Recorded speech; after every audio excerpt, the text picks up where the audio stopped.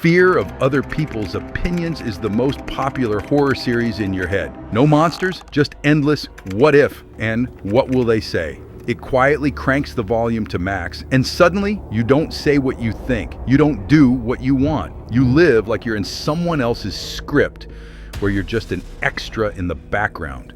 And the longer you carry that fear, the more you shut down. Your smile gets stretched, your confidence deflates, and inside it feels like you've been locked in your own closet. Yeah, I know closets. I literally climbed out of one. Skeleton in the closet jokes? That's not a metaphor for me. I used to have this invisible watcher living in my head, an imaginary audience member holding a giant sign that says, "Cringe," like they're following me around, ready to hand me a life sentence for breathing wrong. So you walk through life, and instead of living, it turns into a casting call. Am I walking normal? Am I being weird? How do I keep this conversation going without sounding like an NPC? And you're not actually living, you're rehearsing life, like there's a camera on you in close-up.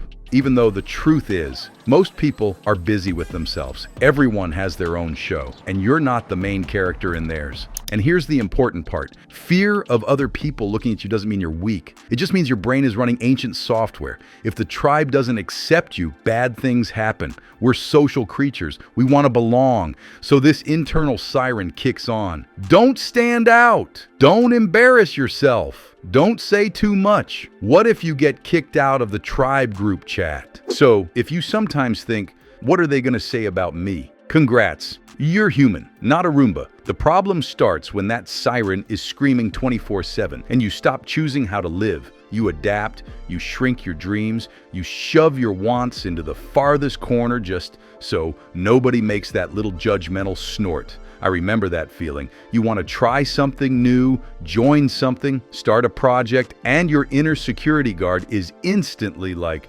nope, what if they don't get it? What if they laugh? What if you get canceled? And in that moment, you're not protecting yourself. You're locking yourself up. Like your job isn't to live, it's to never mess up. Okay, where does this even come from? A lot of the time, straight from childhood. Many of us were raised in be a convenient kid mode. Don't say that, don't do this, don't stick out. People will think something, and it gets stitched into your brain so tight that even if you rearranged your bones, that inner hall monitor would still be sitting there whispering, careful, quiet, be correct. Little kids usually don't have this. They just live until adults explain that you're supposed to live quietly, nicely, and preferably in a way that doesn't bother anyone. Then life experience adds fuel. Someone didn't accept what you're into. Someone laughed. Someone said, nah, that's weird.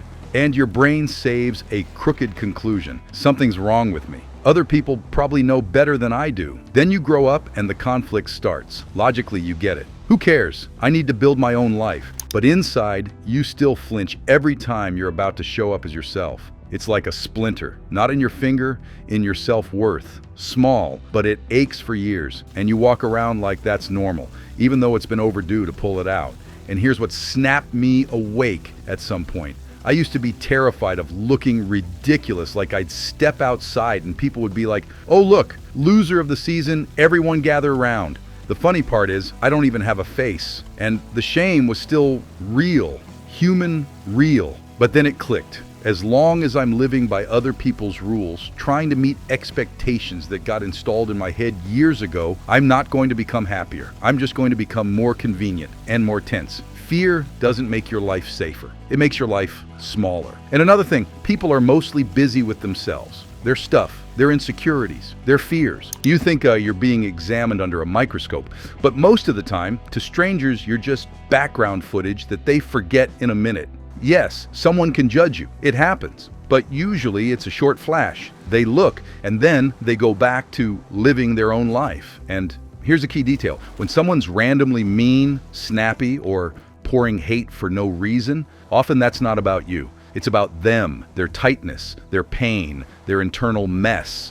A person who's doing okay doesn't run around trying to bite every passerby. It's easier for them to smile, keep walking, or even support someone. So I try not to waste energy judging people. You said something awkward? Happens. You're dressed a little weird? So what? I'd rather quietly wish you a decent day. Last thing in this part, if you're constantly looping, how do I look? How do I sound? How am I standing? How am I moving? That's usually not humility. That's self-criticism and self-obsession in a trench coat. You've got potential inside you trying to come out. And on top of it, there's a guard yelling, "Stop! What if they don't approve?" Confidence sounds simple. I'm okay. I can handle it. Anxiety turns everything into endless checks, doubts, and a request to the world.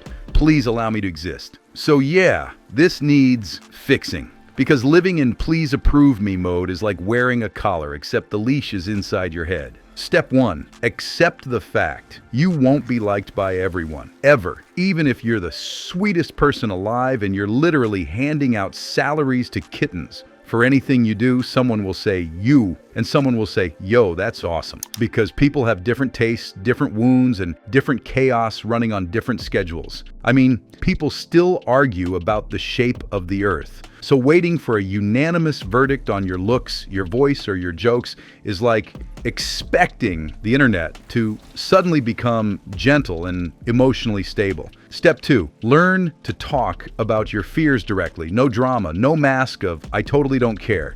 Afraid your friends won't get you? Say it. It's a test. Who's actually with you?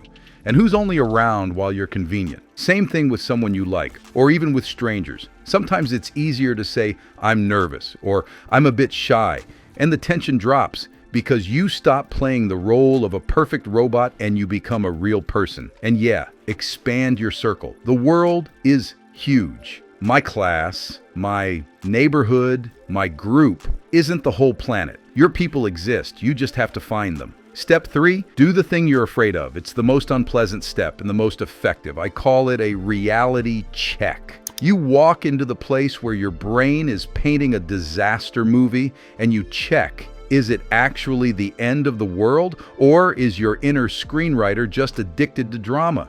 You might stumble over your words, say something dumb, make a joke that lands like a wet sock, look a little strange, and guess what? Life won't explode. Your relationships won't auto-delete. Tomorrow still shows up. That fear would make sense if we lived in a forest and the tribe could literally kick us out, where being alone means not surviving.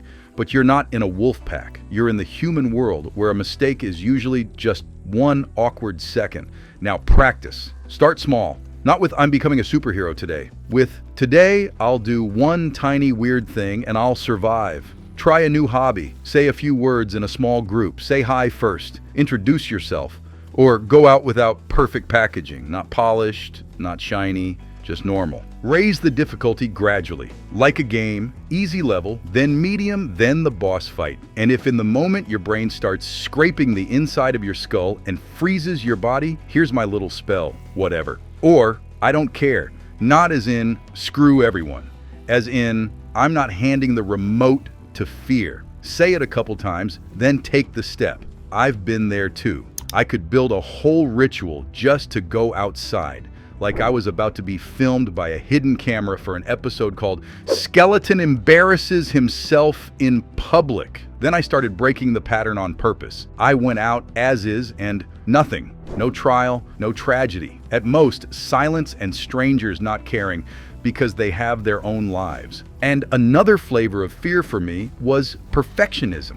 Like, I wouldn't even leave a simple comment on a video because my brain went, what if there's a typo? Imagine being scared of a comma in a YouTube comment. I'm a skeleton, not a grammar textbook. Try it yourself sometime. Drop one with a mistake. See what happens. Spoiler, nothing. And here's a rule worth carving on the inside of your skull. If you want to get good later, you have to be bad first. Confidence is a skill, like a new job. First it's awkward, then it's okay, then it's solid. And then one day you realize you're not hiding anymore. Over time, you can use fear like a compass, not like a cage. If it's scary, often that's where growth is. Breaking the addiction to other people's opinions isn't easy, but it's possible, and you're not alone. The ending is simple. You choose what you think about yourself. You choose how you show up. And you choose whether it's worth giving your life to the rating of a person who will walk past you and forget you in a minute. So take the remote back from fear, step by step, and I'll see you around.